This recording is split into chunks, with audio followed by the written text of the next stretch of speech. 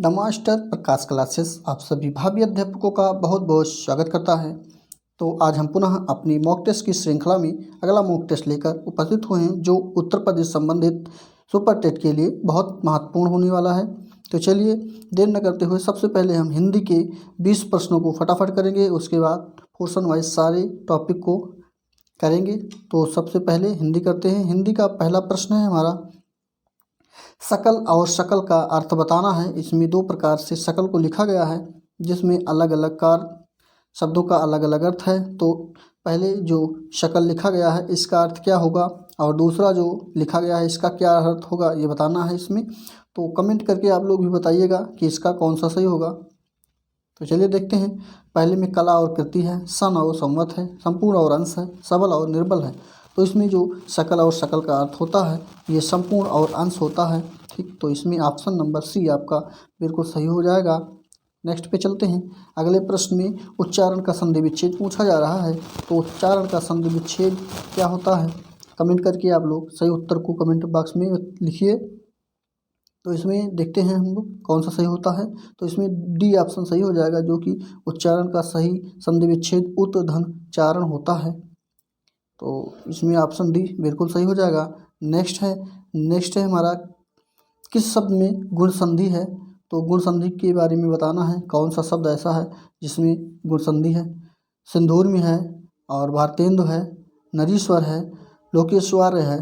तो इसमें कौन सा किस शब्द में गुण संधि है बताना है। चलिए देखते हैं। तो भारतेंद्र जो है इसमें गुण संधि है। ठीक, तो बी ऑप्शन सही होगा इसका। नेक्स्ट है, इसमें पूछा जा रहा है कि कौन सा शब्द अव्ययी भाव समास का उदाहरण है। तो चार शब्द ऑप्शन में दिए गए हैं, चारों शब्द में कौन सा अव्ययी भाव समास का उदाहरण है ये बताना है। तो इसमें जो सही होता है देखते हैं कौन सा सही है। नवग्रह है, गांठ कर है, महात्मा है या आमरण है। तो ये आमरण शब्द जो है ये अव्ययी भाव समास का उदाहरण होता है। ठीक, तो इसमें ऑप्शन नंबर डी बिल्कुल राइट आंसर हो जाएगा आपका। हमने आपको बताया है जहाँ पे प्रत लग जाएगा या क्या कहते हैं,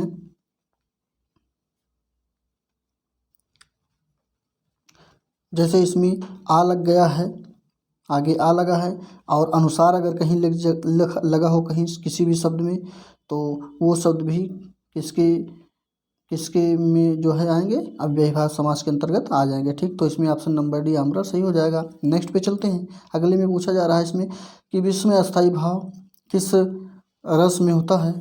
तो विश्व में अस्थायी भाव किस रस का है ये बताना है। तो इसमें देखते हैं कौन सा सही होगा। हास्य सही होगा, या शांत सही होगा, या अद्भुत सही होगा, या विभत्स सही होगा। बताइए कमेंट करके आप लोग कौन सा सही होगा इसका। तो चलिए देखते हैं। तो इसमें ऑप्शन नंबर सी बिल्कुल सही हो जाएगा, जो कि अद्भुत सही होगा। विश्व में अस्थायी भाव जो है अद्भुत रस का होता है। तो सी ऑप्शन इसका बिल्कुल राइट आंसर होगा। नेक्स्ट पे चलते हैं।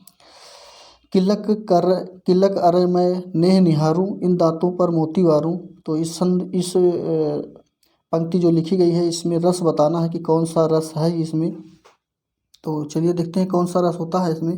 तो इसका ऑप्शन जो सही हो जाता है उसी ऑप्शन इसमें जो है वात्सल रस का जो है बात किया जा रहा है। ठीक, वात्सल रस का तात्पर्य यह है कि जहाँ पे छोटे बच्चों की या माता जो है लाड़ प्यार की बात करती है, वहीं पे जो है वात्सल रस होता है। तो इसमें कह रहा है कि किलक अरे मैं नेह निहारूं, मतलब बच्चा जो है खेल रहा है खिलखिला के और उसको निहार रहा है। तो इन बातों पर मैं इन दांतों पर मोती वारूं। तो जो है दांतों तले उंगली दबा के मोती मारूं, इसका तात्पर्य यही है। तो यहाँ पे वात्सल रस हो जाएगा। ठीक, नेक्स्ट पे चलते हैं। अर्धसममात्रिक जाति छंद है। तो ये कौन सा छंद होगा जिसमें अर्धसममात्रिक होता है।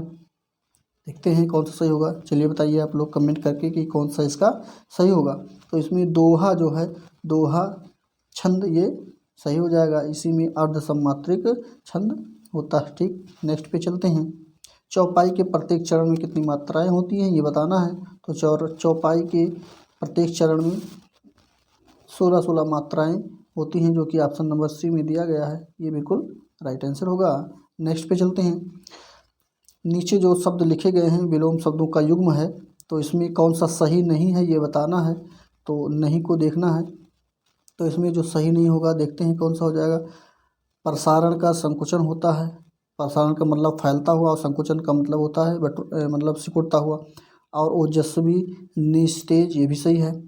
और भिग्न सभिग्न भिग्न का अनभिज्ञ होता है, तो सी ऑप्शन इसका बिल्कुल राइट आंसर यहाँ मिल जाएगा। देहाती का शहरी होता ही जानते हैं आप लोग, तो इसका ऑप्शन सी बिल्कुल सही होगा। नेक्स्ट पे चलते हैं। अगले प्रश्न में पूछा जा रहा है कौन सा शब्द कमल का पर्यायवाची नहीं है। तो कमल का पर्यायवाची कौन सा नहीं है, चार ऑप्शन आपके स्क्रीन पे दिख रहे हैं। कमेंट करके सही उत्तर को आप लोग भी लिखिए कमेंट में कौन सा सही होगा। आप लोग उत्तर को ए, बी या सी, डी के माध्यम से लिख सकते हैं, पूरी लिखने की ज़रूरत नहीं है। तो इसमें जो कमल का पर्यायवाची नहीं है वो अम्बुज है, क्योंकि अम्बुज जो होता है ये शब्द ये बादल का पर्यायवाची होता है। ठीक है, ध्यान रखिएगा आप लोग, ये अम्बुज बादल का पर्यायवाची है। नेक्स्ट पे चलते हैं। अगले प्रश्न में पूछा जा रहा है मोर का तत्सम शब्द कौन है। तो मोर का तत्सम शब्द बताना है। मोर तो आप लोग जान ही गए होंगे, मोर तद्भव शब्द है, तो इसका तत्सम क्या होगा।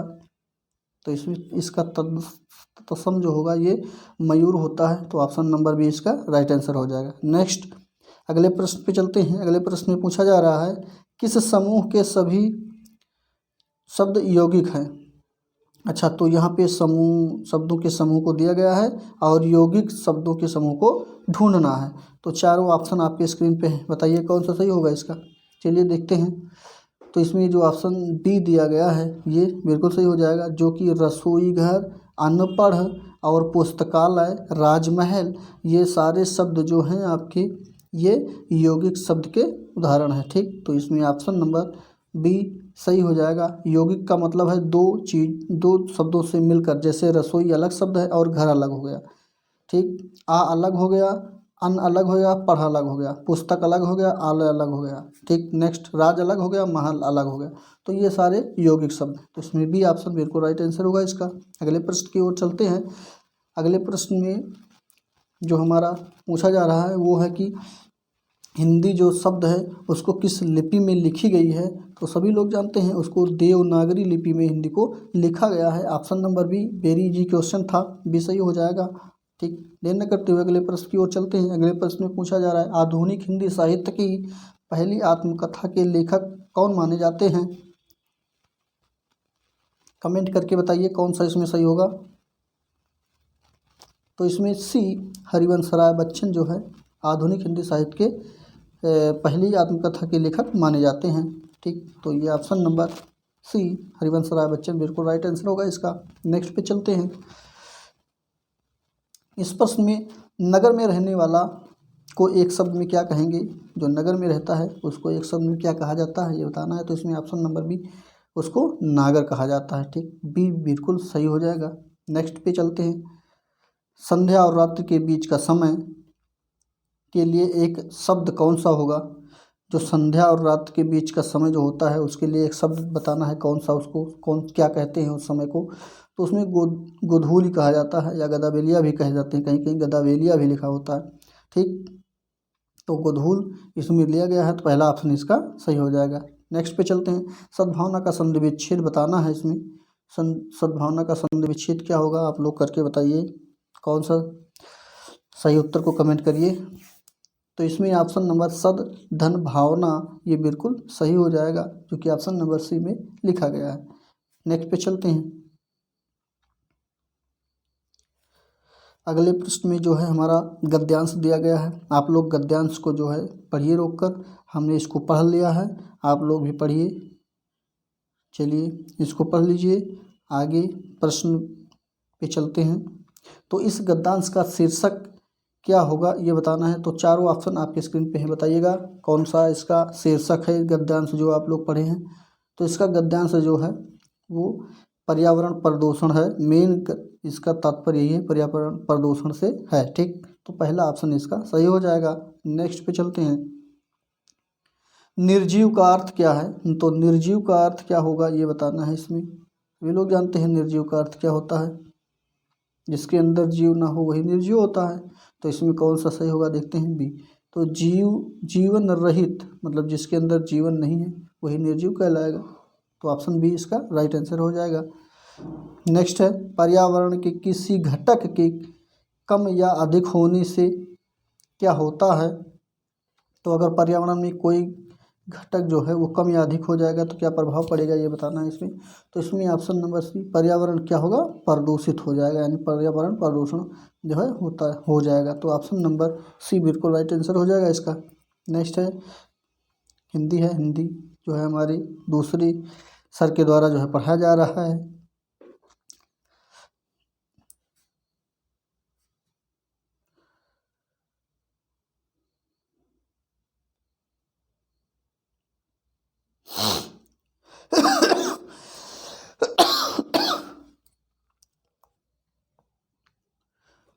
तो आप लोग को हमने बताया कि हिंदी इंग्लिश जो है हमारे दूसरे सर के द्वारा पढ़ाया जा रहा है, और हम लोग विज्ञान पे चलते हैं, विज्ञान के जो है प्रश्नों को देखते हैं। तो इसमें पहला प्रश्न जो है वो हमारा पूछा जा रहा है इसमें कि कौन सा जीवाणु गंगा नदी में पाया जाता है। तो गंगा नदी में कौन सा जीवाणु पाया जाता है, ये बताना है इसमें। 41 में ऑप्शन नंबर क्या सही होगा, कमेंट करके आप लोग बताइए। चारों ऑप्शन आपके स्क्रीन पे दिख रहा है, कौन सा सही हो जाएगा इसमें। चलिए देखते हैं। इसमें कोलीफार्म जीवाणु जो है नामक जीवाणु जो है पाया जाता है। ऑप्शन नंबर ए इसका बिल्कुल राइट आंसर हो जाएगा आपका, ठीक। नेक्स्ट पे चलते हैं, नेक्स्ट प्रश्न देखते हैं। इसमें कच्चे खाद्य पदार्थों में मंड यानी स्टार्च की जो उपस्थिति होती है उसका परीक्षण किसके द्वारा किया जाता है, ये बताना है। बताइए कि कमेंट करके किसके द्वारा मंड यानी स्टार्च का परीक्षण किया जाता है कच्चे पदार्थों में। तो इसमें जो ऑप्शन सही होगा वो ए बिल्कुल सही हो जाएगा। इसमें तनु आयोडीन विलयन से जो है इसका परीक्षण किया जाता है, जो कि ऑप्शन नंबर ए में दिया गया है। नेक्स्ट पे चलते हैं। अगला प्रश्न है pH 6, अगर किसी का pH 6 है यानी pH मान जो है 6 है का विलयन प्राप्त करने के लिए pH 3 के विलयन को कितनी बार तनुकृत किया जाएगा, ये बताना है। तो इसमें जो ऑप्शन सही होगा वो ऑप्शन नंबर आपको लगभग कम से कम 1000 बार जो है इसको तनुकृत किया जाएगा। तो जो है ये आपको एहसास होगा या पता इसका लग पाएगा, ठीक। तो इसमें ऑप्शन नंबर डी बिल्कुल सही हो जाएगा, 1000। नेक्स्ट चलते हैं। चींटी के डंक में कौन सा अम्ल पाया जाता है, बहुत अच्छा क्वेश्चन है। तो चींटी के अम्ल में जो डंक पाया जाता है वो कौन सा डंक है, ये बताना है। तो इसमें मेथेनोइक अम्ल नामक डंक अम्ल पाया जाता है, जो कि चींटियों के काटने पे हम लोग को क्या कहते हैं, जलन सा या परपराहट का महसूस फील होता है, ठीक। नेक्स्ट पे चलते हैं। एक धारा प्रवाह में समर्थ चालक पर लगने वाले बल की दिशा का निर्धारण कैसे होगा यदि चालक चुंबकीय क्षेत्र में रखा हो तो ऑप्शन को आप लोग देखिए चारों और बताइए कि इसमें कौन सा सही होता है। तो चलिए देखते हैं देर न करते हुए। तो हम लोग सभी लोग जानते हैं कि ये जो है, यदि धारा प्रवाह समर्थक चाल के लगने वाले बल की दिशा का निर्धारण जो है अगर है तो चुंबकीय क्षेत्र में रखा अगर गया है तो ये जो है फ्लेमिंग के बाएं हाथ के नियम के द्वारा जो है ये प्रदर्शित होता है। तो ऑप्शन नंबर डी इसका बिल्कुल राइट आंसर हो जाएगा, ठीक। नेक्स्ट पे चलते हैं। अगले प्रश्न में पूछा जा रहा है प्रकाश की स्थिति के अनुसार आँख का कौन सा भाग समायोजित किया जाता है, ठीक। तो प्रकाश की जब अगर स्थिति होती है तो आँख का जो है कौन सा भाग है जिसको समायोजित किया जाता है, तो इसमें कौन सा सही होगा, चलिए देखते हैं। ये प्यूपिल या पुतली जो है ये ही जो है इसका समायोजन करती है। अगर आप अंधेरे उजाले से एकाएक अंधेरे में जाते हैं तो आपको जो है क्या कहते हैं अंधेरे में दिखाई नहीं देता है, ठीक। तो उसका वो जो प्रभाव होता है वो प्यूपिल या पुतली का ही प्रभाव होता है, ठीक। वो छोटी बड़ी होती रहती है। तो इसमें ऑप्शन नंबर सी बिल्कुल राइट आंसर होगा इसका। नेक्स्ट पे चलते हैं। चंद्रमा पर वायुमंडल अनुपस्थित है तो इसका क्या कारण है, ये बताना है। तो इसका जो कारण है वो कारण कमेंट करके आप लोग बताइए क्या कारण है कि उस पर वायुमंडल जो है नहीं है चंद्रमा पे। तो ये चलिए देखते हैं इसकी। तो इसमें सी, इसका गुरुत्व त्वरण जो है बहुत कम है इसलिए जो है वहाँ पे वायुमंडल अनुपस्थित है, ठीक। तो ये ऑप्शन नंबर सी आपका यहाँ पे बिल्कुल राइट आंसर होगा। नेक्स्ट है, यदि दो पिंडों का द्रव्यमान आधा कर दिया जाए, बहुत अच्छा प्रश्न है, आप लोग ध्यान दीजिएगा इसको। यदि दो पिंडों के द्रव्यमान को आधा कर दिया जाए, द्रव्यमान की बात किया जा रहा है यहाँ पे, तो उसके बीच लगने वाला गुरुत्वाकर्षण बल कितना हो जाएगा, तो उसके अंदर जो गुरुत्वाकर्षण बल लगेगा वो 4 गुना हो जाएगा, ठीक। तो इसमें ऑप्शन नंबर सी बिल्कुल राइट आंसर हो जाएगा। नेक्स्ट पे चलते हैं। प्रिज्म से गुजरने पर श्वेत प्रकाश के किस किरण में अधिकतम विचलन होगा? तो कौन सा कलर है जिसमें सबसे अधिक विचलन होगा यदि उस प्रकाश को प्रिज्म से गुजारा जाएगा तो श्वेत प्रकाश को? तो चलिए देखते हैं, लाल हो जाएगा, पीला हो जाएगा, नीला हो जाएगा या बैंगनी होगा? कौन सा ऑप्शन सही है इसमें बताइए। कमेंट करके सही उत्तर को आप लोग कमेंट बॉक्स में लिखिए। तो इसमें डी ऑप्शन बिल्कुल सही हो जाएगा, जो कि बैंगनी है, यही जो है सबसे अधिक विचलन होगा। ठीक, नेक्स्ट पे चलते हैं। नेक्स्ट में पूछा जा रहा है कि पौधों की पत्तियों द्वारा जल के वाष्पित होने की प्रक्रिया क्या कहलाती है? तो जो पौधों की पत्तियों द्वारा जल वाष्पित होता है वो क्या कहलाता है, यही पूछा जा रहा है इसमें। तो इसमें ऑप्शन नंबर बी वाष्पोत्सर्जन वो कहलाता है। ऑप्शन नंबर बी बिल्कुल राइट आंसर हो जाएगा। ठीक, तो यहाँ पे अब गणित आ गया। गणित हमारे सर के दूसरे सर के द्वारा पढ़ाया जा रहा है, जिस प्रकार से इंग्लिश वाले सर इसको पढ़ाते हैं। हम लोग चलते हैं अगले पे, अगला पोर्शन लेते हैं। तो अगले क्वेश्चन में पर्यावरण एवं सामाजिक अध्ययन है। इसका पहला प्रश्न जो पूछा जा रहा है उसमें पूछा जा रहा है कि सतत और व्यापक मूल्यांकन क्यों आवश्यक है? तो सतत और व्यापक मूल्यांकन जो आवश्यक है, पहले आप लोग देखिए चारों ऑप्शन दिखने लगा है, इसमें कौन सा सबसे आवश्यक तत्व है जिसमें सतत और व्यापक मूल्यांकन होता है, ये बताना है। तो इसमें ऑप्शन नंबर जो आपका सही होता है वो सी ऑप्शन सही हो जाएगा, जो कि निरंतर मूल्यांकन होते रहने से शिक्षार्थियों में परीक्षा का अनावश्यक भय जो बना होता है वो समाप्त होता है। ठीक, तो नहीं रह जाता है भय, इसका तात्पर्य यही है। तो ऑप्शन नंबर सी बिल्कुल राइट आंसर हो जाएगा इसका। नेक्स्ट प्रश्न की ओर बढ़ते हैं। नेक्स्ट प्रश्न में पूछा जा रहा है कि चरने वाले पशु वनस्पति को कैसे बदलते हैं, ये बताना है। तो जो चरने वाले पशु होते हैं वो वनस्पति को कैसे बदल देते हैं? तो इसमें ऑप्शन जो सही होता है वो सी, वो चुन कर चरना जो होता है उसी के कारण जो है ये वनस्पति में बदल जाता है। तो ऑप्शन नंबर ये क्या कहते हैं, सी बिल्कुल राइट आंसर हो जाएगा। ठीक, नेक्स्ट पे चलते हैं। इसमें पूछा जा रहा है कि कौन स्वस्थ अस्थियों के लिए सबसे आवश्यक है? तो नीचे जो ऑप्शन दिए गए हैं ये ABCD, इसमें कौन सा स्वस्थ हड्डियों के लिए, अस्थियों का तात्पर्य हड्डियों से है, तो अस्थियों के लिए कौन सा सबसे आवश्यक है? तो जो आवश्यक है कौन सा होगा कमेंट करके बताइए, सही उत्तर को कमेंट करिए कमेंट बॉक्स में। तो इसमें ऑप्शन नंबर जो सही होता है, चलिए देखते हैं। तो इसमें कैल्शियम और विटामिन डी जो हो जाएगा ये बिल्कुल सही हो जाएगा, जैसे कि ऑप्शन नंबर डी जो दिया गया है ये बिल्कुल राइट आंसर होगा इसका। नेक्स्ट पे चलते हैं। भारत में हिमालय की सबसे ऊंची चोटी का नाम बताना है। तो यहाँ पे भारत की बात किया जा रहा है। ठीक, तो चलिए देखते हैं। तो भारत जो है माउंट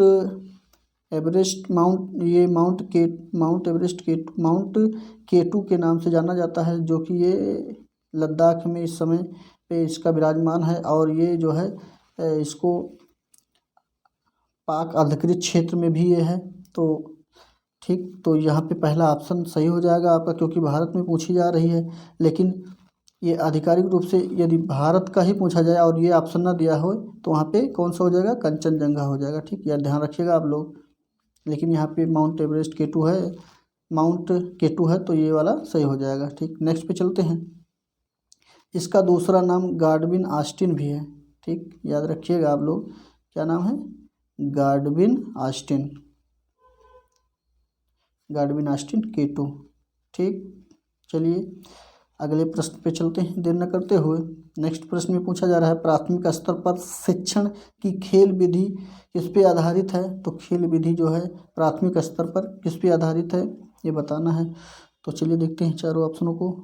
तो इसमें ऑप्शन नंबर ये डी इसको बना लीजिएगा, डी ही सही हो जाएगा, जो कि शिक्षण विधि के सिद्धांत पर ये आधारित है खेल विधि। ठीक, तो इसका ऑप्शन नंबर डी बिल्कुल राइट आंसर हो जाएगा। नेक्स्ट है वायुमंडल की सबसे निचली परत का क्या नाम है? तो वायुमंडल का जो सबसे निचली परत है उसको हम लोग क्षोभ मंडल के नाम से जानते हैं। ये ऑप्शन नंबर डी इसका बिल्कुल राइट आंसर हो जाएगा। ठीक, नेक्स्ट पे चलते हैं। लाल ग्रंथियों द्वारा कौन सा पाचक रस स्रावित होता है? तो लाल ग्रंथि द्वारा जो पाचक रस स्रावित होता है उसको एमाइलेज कहा जाता है। ऑप्शन नंबर सी बिल्कुल राइट आंसर होगा इसका। नेक्स्ट है, और हम उन्हीं प्रश्नों के उत्तर को अब जिक्र करेंगे जो सही होगा, क्योंकि सारा प्रश्न सारा ऑप्शन पढ़ने में जो है बहुत समय लॉस हो जाता है। तो आप लोग सारे ऑप्शनों को पढ़िएगा और सही उत्तर को कमेंट करके बताइए, लेकिन हम उन्हीं प्रश्नों के उत्तर को बताएंगे जो सही होगा ऑप्शन में, ठीक। इससे थोड़ा हमारा समय बच जाएगा।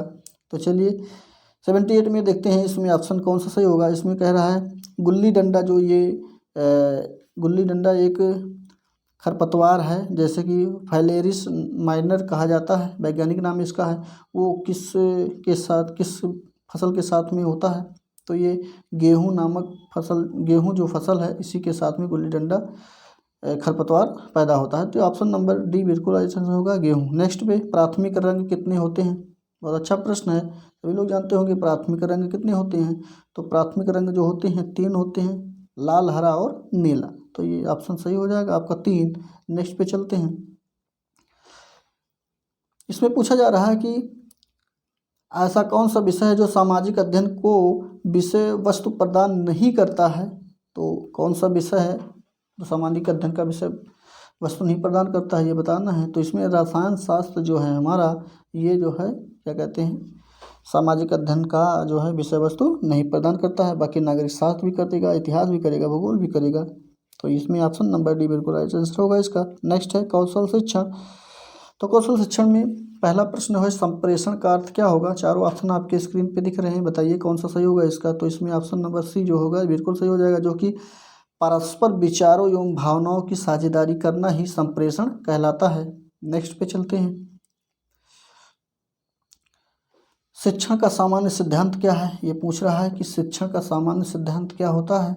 तो शिक्षण का सामान्य सिद्धांत जो होता है वो प्रेरणा का सिद्धांत भी है और रुचि का भी सिद्धांत है। इसलिए ऑप्शन नंबर सी, जो कि सी में दिया गया है, ए और बी दोनों सही हो जाएगा, सी सही होगा इसका। नेक्स्ट पे चलते हैं। शिक्षा का अति महत्वपूर्ण उद्देश्य क्या है। तो शिक्षा का अति महत्वपूर्ण उद्देश्य जो है, ऑप्शन आपके सामने है, बताइए क्या होगा। तो चलिए देखते हैं। बच्चों का सर्वांगीण विकास ही शिक्षा का अति महत्वपूर्ण उद्देश्य होता है। ऑप्शन नंबर बी इसके राइट आंसर इसका हो जाएगा। नेक्स्ट है,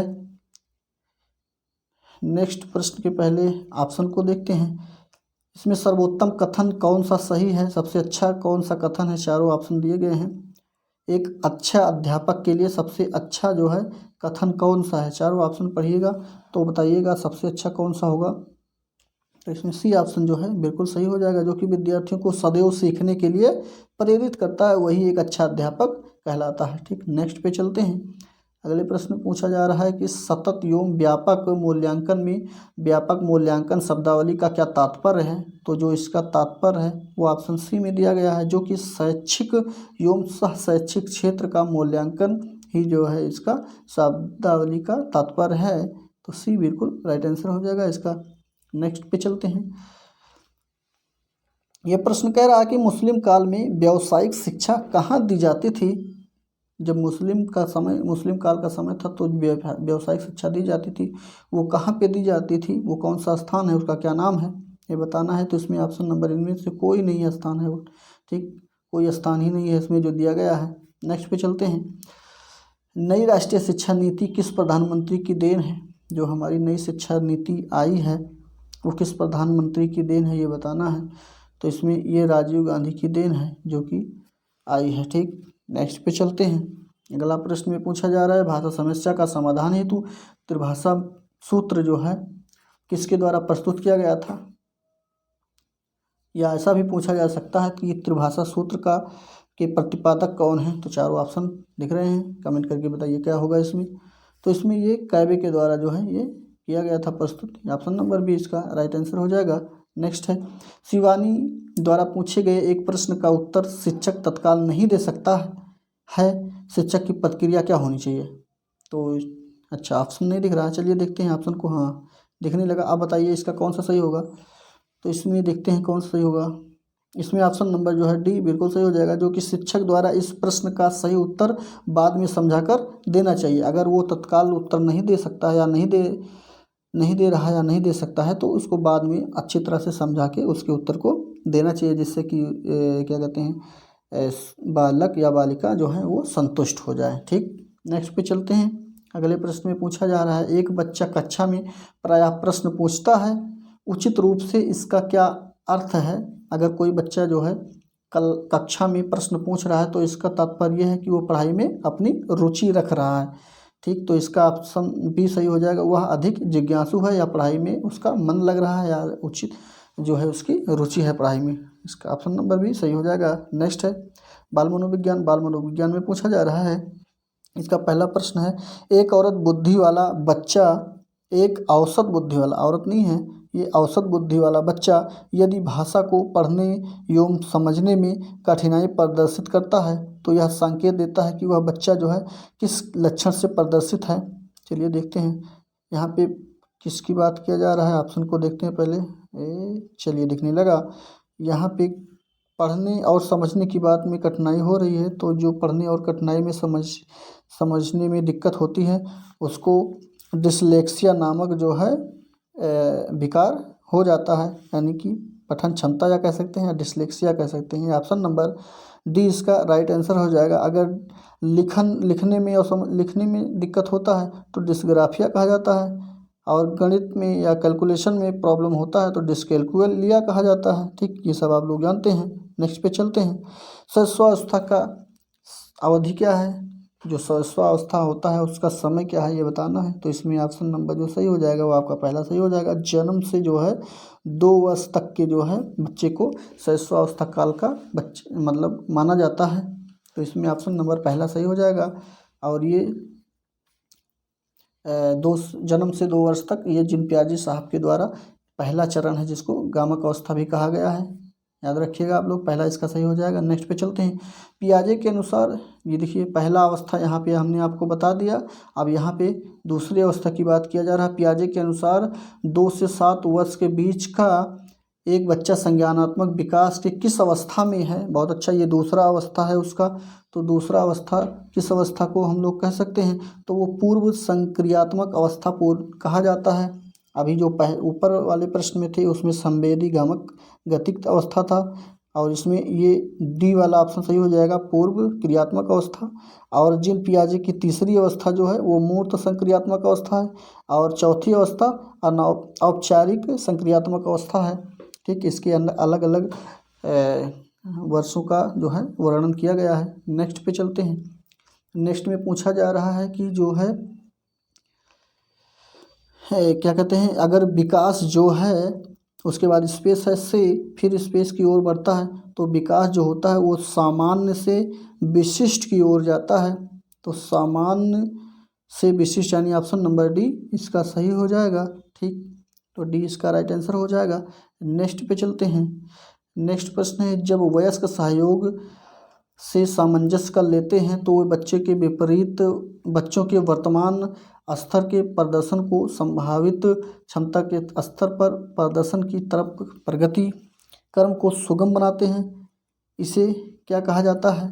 चारों ऑप्शन दिख रहा है आप लोग को, तो बताइए क्या सही हो जाएगा इसमें। तो इसमें योग क्या कहते हैं, सहयोग देना जो है कहलाता है वो। तो ऑप्शन नंबर ए इसका बिल्कुल राइट आंसर हो जाएगा। नेक्स्ट पे चलते हैं। सीखे हुए ज्ञान कौशल या विषय का अन्य परिस्थिति में उपयोग करना क्या कहलाता है। अगर आप कोई चीज़ जान रहे हैं, उसी के ज्ञान को कहीं दूसरी जगह उपयोग कर रहे हैं तो वो क्या कहलाएगा ये बताना है। तो इसमें ऑप्शन नंबर सीखने का स्थानांतरण कहलाता है, जो कि ऑप्शन नंबर बी में है, बी सही हो जाएगा इसका। नेक्स्ट है, पहले ऑप्शन को भी चारों देखते हैं। ठीक, किसी शिक्षक को यदि यह लगता है कि उसका एक विद्यार्थी जो पहले विषय वस्तु को भली भांति सीख रहा था उसमें स्थिरता आ गई है, यानी कि अब सीखने में वो मतलब मन नहीं लगा रहा है, तो शिक्षक को इससे क्या करना चाहिए, उसे क्या करना चाहिए, तो उसमें क्या करना चाहिए, सीखने की प्रक्रिया की स्वाभाविक स्थिति मानना चाहिए। ठीक है, तो इसमें ऑप्शन नंबर ए बिल्कुल राइट आंसर हो जाएगा।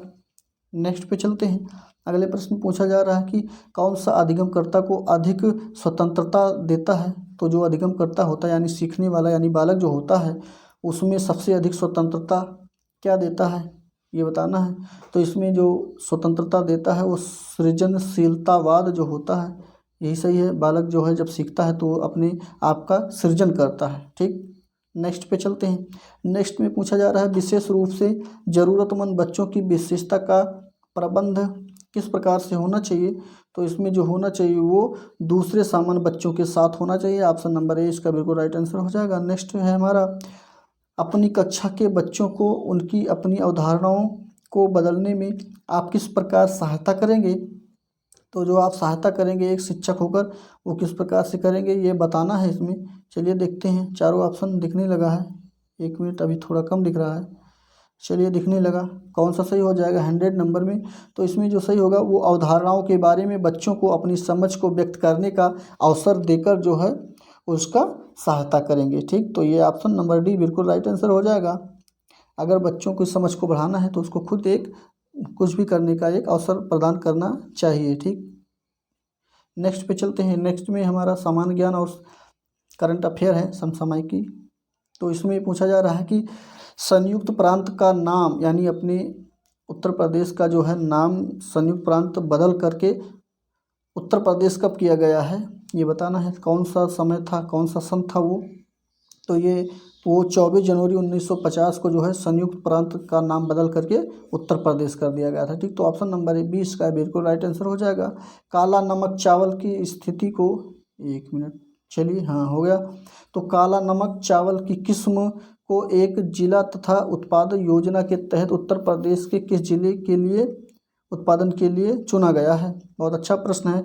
या हम लोग कह सकते हैं काला नमक चावल की जो जीआई टैग मिला है वो किस जनपद को मिला गया है या किस जिले को मिला है ये बताना है। तो इसमें ऑप्शन नंबर जो आपका सही हो जाएगा बी सही हो जाएगा। वो सिद्धार्थनगर जनपद का जो है जीआई टैग है काला नमक चावल। ठीक, नेक्स्ट प्रश्न को देखते हैं। सूफी कवि अमीर खुसरो का जन्म उत्तर प्रदेश के किस जिले में हुआ है। तो इनका जन्म जो हुआ था वो एटा जिले में हुआ था अमीर खुसरो का। और इनके गुरु का नाम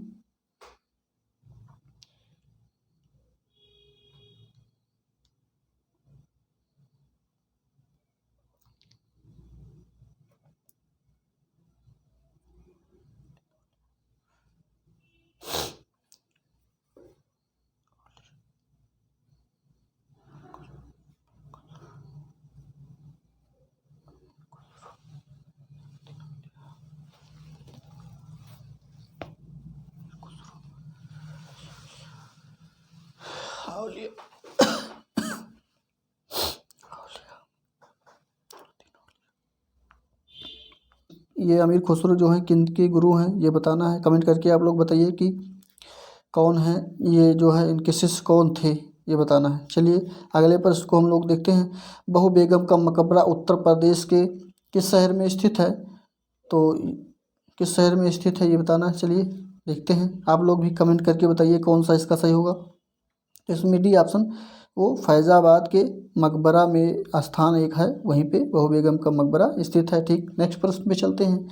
नेक्स्ट प्रश्न में पूछा जा रहा है कि जो है किस प्रसिद्ध भारतीय शास्त्रीय गायिका को उनके शिष्यों द्वारा प्यार से अप्पा जी बुलाया जाता था। तो वो कौन सी प्रसिद्ध शास्त्रीय गायिका हैं।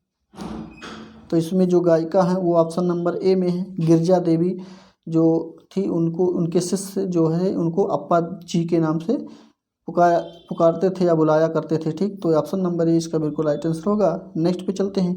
नेक्स्ट में पूछा जा रहा है उत्तर प्रदेश के वर्तमान मुख्यमंत्री योगी आदित्यनाथ किस संप्रदाय से संबंधित है। बहुत अच्छा प्रश्न है। आप लोग जानते होंगे कि जो है उत्तर प्रदेश के मुख्यमंत्री हमारे योगी आदित्यनाथ जो हैं वो किस संप्रदाय से संबंधित रखते हैं या संबंध रखते हैं। तो इसमें जो संबंध रखते हैं वो नाथ संप्रदाय से रखते हैं, क्योंकि वो गोरखपुर में जो गोरखनाथ मंदिर है वहीं पे जो है पहले उसके मठ के क्या कहते थे वो संत थे। ठीक, तो इसका ऑप्शन नंबर नाथ ए सही हो जाएगा।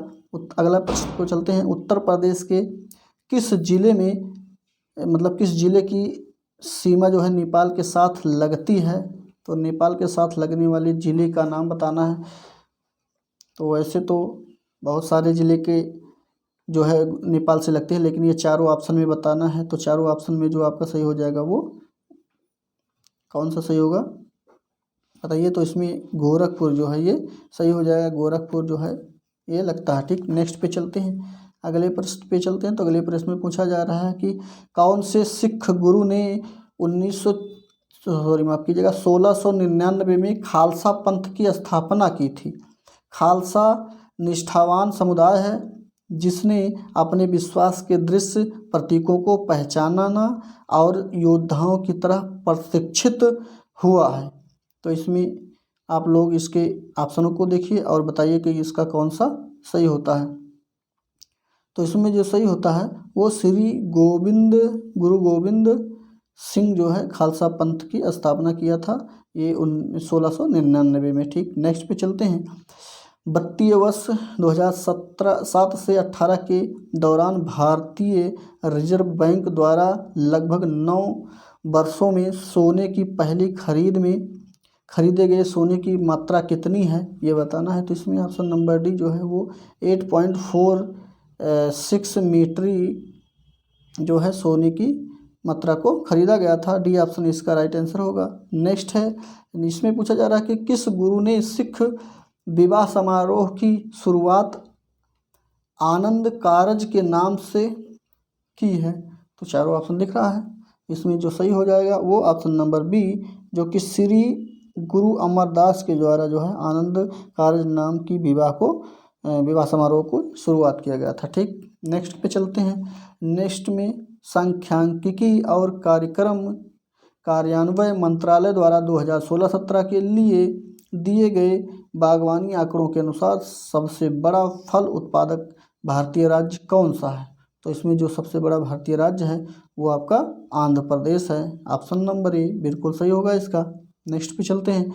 वित्तीय वर्ष 17-18 के दौरान भारत के व्यापार घाटे की लगभग कितनी राशि, जो घाटे की राशि थी वो कितनी थी, ये बताना है। तो इसमें ऑप्शन जो सही हो जाएगा डी बिल्कुल सही होगा, जो कि 156.80 बिलियन के बराबर उसका क्या कहते हैं घाटे की राशि थी। ये बिल्कुल सही होगा डी। नेक्स्ट पे चलते हैं। इसमें पूछा जा रहा है कि कौन सा सही है, चारों ऑप्शन देखते हैं। चलिए, दिखने लगा चारों ऑप्शन। इस चारों ऑप्शन में कौन सा कथन सही है ये बताना है। तो इसमें जो सही है वो आपका ऑप्शन नंबर बी सही हो जाएगा, जो कि 1975 में आपातकाल के समय इंदिरा गांधी भारत की प्रधानमंत्री थी। ये बिल्कुल सही है। बाकी सारे ऑप्शन क्या हैं, गलत हैं। ये भी गलत हो जाएगा, ये भी। ठीक, नेक्स्ट पे चलते हैं। अगले प्रश्न में पूछा जा रहा है कि कौन सा सही मिलान है। हाँ, चलिए, दिख रहा होगा आप लोग को। तो अनुच्छेद 19C का सी जो है वो संघ बनाने का अधिकार है। अनुच्छेद 19C किसी पेशे का अभ्यास करने का अधिकार है। 19A भाषण और अभिव्यक्ति की स्वतंत्रता का अधिकार है। और अनुच्छेद 19G शांतिपूर्वक और हथियारों के बिना इकट्ठा होने का अधिकार है। तो इसमें कौन सा सही मिलान है ये बताना है, सही मिलान कौन सा है। तो इसमें जो सबसे सही मिलान है वो अनुच्छेद 19A का है। भाषण और अभिव्यक्ति की स्वतंत्रता का अधिकार 19A में दर्शाया गया। ठीक, तो ऑप्शन नंबर सी इसका बिल्कुल राइट आंसर हो जाएगा। नेक्स्ट पे चलते हैं। अगले प्रश्न में पूछा जा रहा है कि कौन सा गलत है। उसमें सही पूछा जा रहा था, इसमें गलत पूछा जा रहा है। तो गलत को देखते हैं। तो इसमें डी जो है बिल्कुल गलत है। 30 वर्ष की आयु तक व्यक्ति राज्यपाल बन सकता है, ये बहुत गलत है, क्योंकि राज्यपाल और राष्ट्रपति का जो चुनाव होता है वो कम से कम उनकी उम्र कितनी होनी चाहिए, 35 वर्ष की उम्र होनी चाहिए। ठीक, तो इसमें ये ऑप्शन नंबर डी बिल्कुल राइट गलत है आप प्रश्न में जो पूछा जा रहा है। ठीक, नेक्स्ट पे चलते हैं। नेक्स्ट में पूछा जा रहा है भारत के केंद्रीय रेल मंत्री को स्पेस है किस सलाह पर फिर स्पेस के द्वारा नियुक्त किया जाता है। इसका तात्पर्य यह है भारत की रेल मंत्री को किसकी सलाह पर किसके द्वारा नियुक्त किया जाता है। तो इसमें जो है रेल मंत्री को प्रधानमंत्री की सलाह पर राष्ट्रपति द्वारा जो है नियुक्ति किया जाता है। तो इसमें ऑप्शन नंबर ए बिल्कुल राइट आंसर हो जाएगा इसका। नेक्स्ट है, पहले ऑप्शन को देखते हैं, सही ढूंढना है इसमें कौन सा सही है। तो इसमें जो सही हो जाएगा वो जाकिर हुसैन भारत के पहले मुस्लिम राष्ट्रपति थे। पहला ऑप्शन इसका बिल्कुल सही होगा। नेक्स्ट है, कौन सी जॉर्डन की राजधानी है। तो जॉर्डन की राजधानी क्या है ये बताना है। चारों ऑप्शन में राजधानियों को दिया गया है, आप बताइए कौन सी जॉर्डन की राजधानी होगी। तो इसमें जो जॉर्डन की राजधानी है वो अम्मान है। पहला ऑप्शन माफ़ कीजिएगा, डी ऑप्शन इसका बिल्कुल राइट आंसर हो जाएगा। नेक्स्ट है कि कौन सी मंगोलिया की मुद्रा है। तो मंगोलिया की मुद्रा को बताना है। तो मंगोलिया की मुद्रा जो है मेटिकल है। डी ऑप्शन इसका सही होगा। अगला प्रश्न है, एशिया की एशिया में तीसरा सबसे अधिक आबादी वाला देश कौन सा है? तो एशिया के बारे में बात किया जा रहा है, तो सबसे बड़ा आबादी वाला देश एशिया में कौन सा है? तो डी जो है इंडोनेशिया, ये तीसरा सबसे बड़ा आबादी वाला देश है।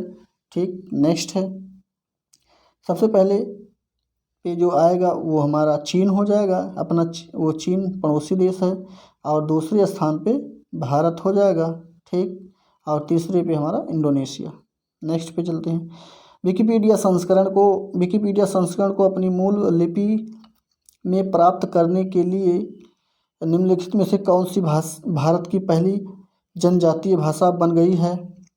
तो इसमें जो जनजातीय भाषा बन गई है वो हमारी संथाली है। ऑप्शन नंबर बी बिल्कुल इसका राइट आंसर हो जाएगा।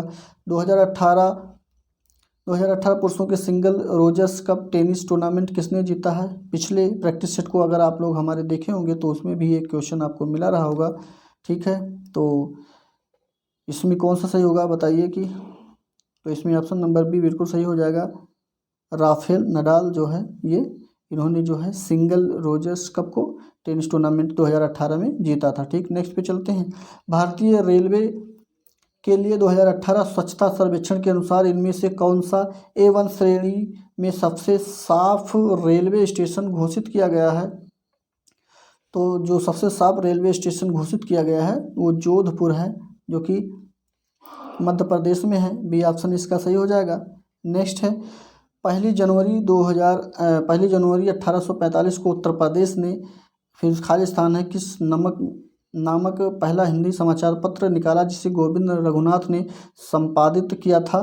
तो इसमें जो सही हो जाएगा वो ऑप्शन नंबर बी, वो बनारस अखबार के नाम से निकाला गया था जिसको गोविंद रघुनाथ द्वारा संपादित किया गया था।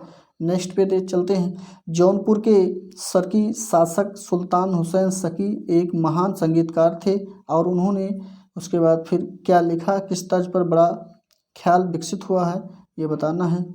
तो इसमें जो सही हो जाएगा वो आपका सी बिल्कुल सही होगा। उन्होंने कव्वाली को जो है उन्होंने कव्वाली के तर्ज पर बड़ा ख्याल विकसित किया है। नेक्स्ट पे चलते हैं, भेड़कुंड जहां अर्जुन ने द्रौपदी से शादी करने के लिए मछली को निशाना बनाया था, तो उत्तर प्रदेश के किस शहर में स्थित है ये बताना है। तो इसमें जो निशाना बनाया था वो शहर जो है हमारा वो फर्रुखाबाद हो जाएगा। इसमें ऑप्शन नंबर सी बिल्कुल सही होगा। नेक्स्ट पे चलते हैं, ब्रिटिश गवर्नर जनरल का नाम बताएं जिन्होंने भारत में रेलवे का शुभारंभ किया है। तो चारों ऑप्शन दिख रहा होगा आप लोग को, बताइए कि रेलवे का कौन से किए थे? तो लॉर्ड डलहौजी के समय में, यानी कि इन्हीं के गवर्नर जनरल जब ये थे तो हमारे भारत में तभी जो है रेलवे का शुभारंभ हुआ था। ठीक, 1953 में। नेक्स्ट पे माफ कीजिएगा, 1953 नहीं 1853 था, जो कि पहली ट्रेन जो है मुंबई से ठाणे के मध्य चली थी। ठीक, 34 किलोमीटर की दूरी थी। अगले पे चलते हैं, अगले प्रश्न में पूछा जा रहा है कि सांख्यिकी मंत्रालय की रिपोर्ट 2018 के अनुसार भारत में किस राज्य में सबसे कम प्रति व्यक्ति आय है? बहुत अच्छा प्रश्न है, चारों ऑप्शन भी दिख रहा होगा। तो इसमें जो है वो राज्य बिहार है हमारा, जो कि सबसे कम प्रति व्यक्ति आय वाला है। ऑप्शन नंबर सी सही होगा। नेक्स्ट पे चलते हैं, इसमें पूछा जा रहा है प्रसिद्ध संगीतकार अरविंद पारिख किस संगीत वाद्य यंत्र के साथ जुड़े हैं? तो ये जो जुड़े हैं वो सितार वादक हैं। ऑप्शन नंबर बी सही हो जाएगा। 2018 को जून 2018 को समाप्त होने वाले फसल वर्ष के दौरान अनाज उत्पादन की अनुमानित मात्रा क्या थी ये बताना है। तो इसमें 30 नंबर में ऑप्शन नंबर डी सही हो जाएगा, जो कि 284.8 मिलियन टन जो है उसकी अनुमानित मात्रा थी 2018 में समाप्ति होने के समय। ठीक, तो इसका ऑप्शन नंबर डी बिल्कुल राइट आंसर होगा। नेक्स्ट पे चलते हैं, तार्किक, ये जो है आपका रीजनिंग है। रीजनिंग के प्रश्न को रीजनिंग सर के द्वारा पढ़ाया जाएगा, रीजनिंग के सर के द्वारा। हम लोग चलते हैं सूचना तकनीकी पे। सूचना तकनीकी में कंप्यूटर के प्रश्न को लिया गया है, जो कि जिसमें पूछा जा रहा है कंट्रोल अल्ट और शिफ्ट किस प्रकार की कुंजियां हैं, यानी किस प्रकार के कीज़ हैं। तो ये जो कीज़ हैं ये हमारे मॉडिफायर कुंजियां हैं, इनको मॉडिफायर कीज़ कहा जाता है। ये ऑप्शन नंबर बी सही हो जाएगा। नेक्स्ट है OCR का पूरा नाम बताना है। OCR का पूरा नाम जो हो जाएगा ऑप्टिकल कैरेक्टर रिकॉग्नाइजेशन रिकॉग्निशन, ये ऑप्शन नंबर ए बिल्कुल सही होगा। नेक्स्ट है हमारा, मॉनिटर के डिस्प्ले के आकार को किस प्रकार मापा जाता है। तो जो मॉनिटर का डिस्प्ले होता है उसको किस प्रकार से मापते हैं ये बताना है इसमें। तो उसको डायगोनली सिस्टम से मापते हैं। जैसे कि ये मान लेते हैं कि जो है आपका डिस्प्ले है, ठीक, तो इसको ऐसे नहीं मापते हैं या ऐसे नहीं मापा जाता है, ठीक, उसको जो है इस प्रकार से मापते हैं डायगोनली सिस्टम से, ठीक। चलिए नेक्स्ट प्रश्न पे चलते हैं। बिजली बंद कर दी जाए तो बिजली बंद कर दी जाने के बाद भी अपना डाटा रखने वाली स्टोरेज क्या कहलाती है। अगर कंप्यूटर पे आप काम कर रहे हैं और कोई डाटा जो है सेव किए हैं और बिजली बंद कर दी जाती है तो वो स्टोरेज जो रखती है उसको क्या कहा जाता है ये बताना है। तो इसमें ऑप्शन नंबर बी बिल्कुल सही हो जाएगा, जो कि नॉन वोलेटाइल मेमोरी कहा जाता है। बी ऑप्शन इसका राइट होगा। नेक्स्ट है, कंप्यूटर में कितने प्रकार की मेमोरी पाई जाती है। कंप्यूटर में जो मेमोरी पाई जाती है वो दो प्रकार की मेमोरी पाई जाती है, ठीक। एक इंटरनल होती है, एक एक्सटर्नल होती है। जैसे कि एक अंदर लगी होती है और दूसरा हम लोग बाहर से लगा सकते हैं, ठीक। नेक्स्ट पे चलते हैं। नहीं, वो तो जो हमारी स्टोरेज की बात होती है, लेकिन इसमें एक रैम होता है, एक रोम होता है। रोम और रैम ये भी मेमोरियों के ही अंतर्गत आते हैं, ठीक। आप लोग रैम और रोम के फुल फॉर्म को भी जानते होंगे। कमेंट करके इसके दोनों के फुल फॉर्म बताइए क्या होते हैं। नेक्स्ट पे चलते हैं। जीवन कौशल प्रबंध एवं अभिवृत्ति, इसके पहले प्रश्न को देखते हैं। इसका पहला प्रश्न है, व्यावसायिक नैतिकता को कितने वर्गों में बांटा गया है। तो कितने वर्गों में बांटा गया है, चलिए देखते हैं कितने वर्गों में इसको बांटा गया है। तो कि इसकी दो वर्गों में बांटा गया है, जो कि प्रामाणिक नैतिकता और वर्णनात्मक नैतिकता दोनों में बांटा गया है। तो इसमें ऑप्शन नंबर ए और बी दोनों सही हो जाएगा, जो कि ऑप्शन नंबर सी में दिया गया है। नेक्स्ट है, अभिप्रेरणा चक्र के संदर्भ में कौन सा सही क्रम है। तो अभिप्रेरणा के चक्र में सही क्रम ढूंढना है। पहले ऑप्शन को देखते हैं चारों। चलिए दिखने लगा ऑप्शन को ही लेते हैं।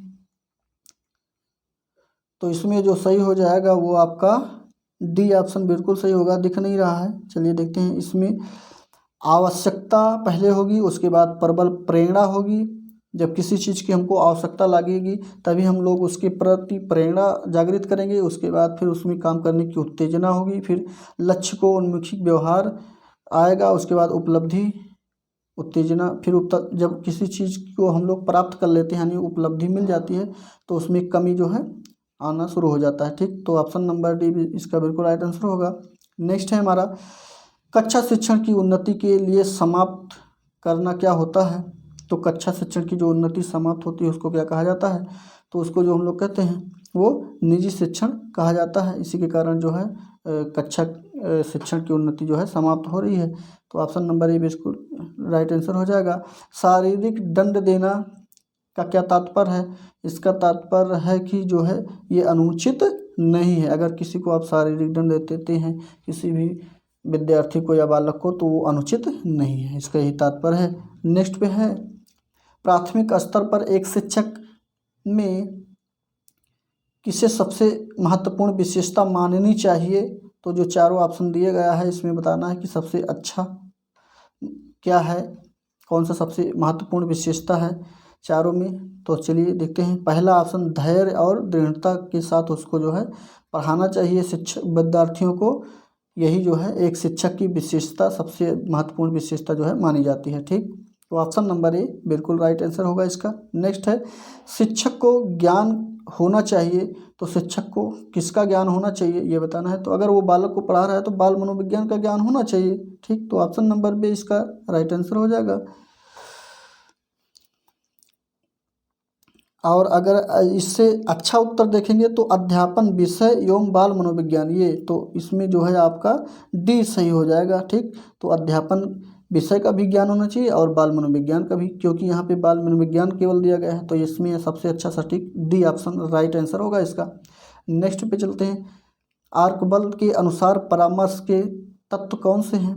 तो आर्क बल के अनुसार परामर्श के तत्व कितने होते हैं ये बताना है। तो इसमें ऑप्शन नंबर जो आपका सी वो बिल्कुल सही हो जाएगा। वो 3 प्रकार के होते हैं, 3 तत्व होते हैं। नेक्स्ट पे चलते हैं। जेसन और रिक्सियों के अनुसार निर्देशन के कितने कार्य हैं। तो जेसन और रेक्सियों के अनुसार जो निर्देशन के कार्य हैं वो 8 प्रकार के होते हैं, जो कि ऑप्शन नंबर सी में दिया गया है। नेक्स्ट है, एक अध्यापिका यह सुनिश्चित करना चाहती है कि उसके विद्यार्थी आंतरिक रूप से प्रेरित हैं, तो वह उस संदर्भ में वह क्या करेगी। तो ऑप्शन को पढ़िए और बताइए कि वो क्या करेगी। तो इसमें जो वो करेगी उसमें सभी बच्चों के लिए उपलब्धि के एक समान मानकों का जो है उल्लिखित करना उसके लिए सबसे सही साबित होगा। तो ये ऑप्शन नंबर ए सही हो जाएगा इसका।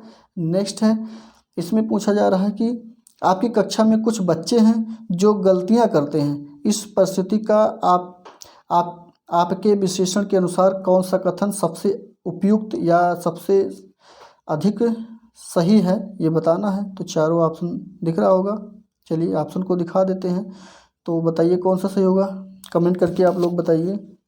तो इसमें जो सही हो जाएगा वो ऑप्शन नंबर बी सही होगा। बच्चों की अध्ययन में रुचि नहीं है और वे अनुशासनहीनता उत्पन्न करना चाहते हैं, यही जो है सबसे सही हो जाएगा।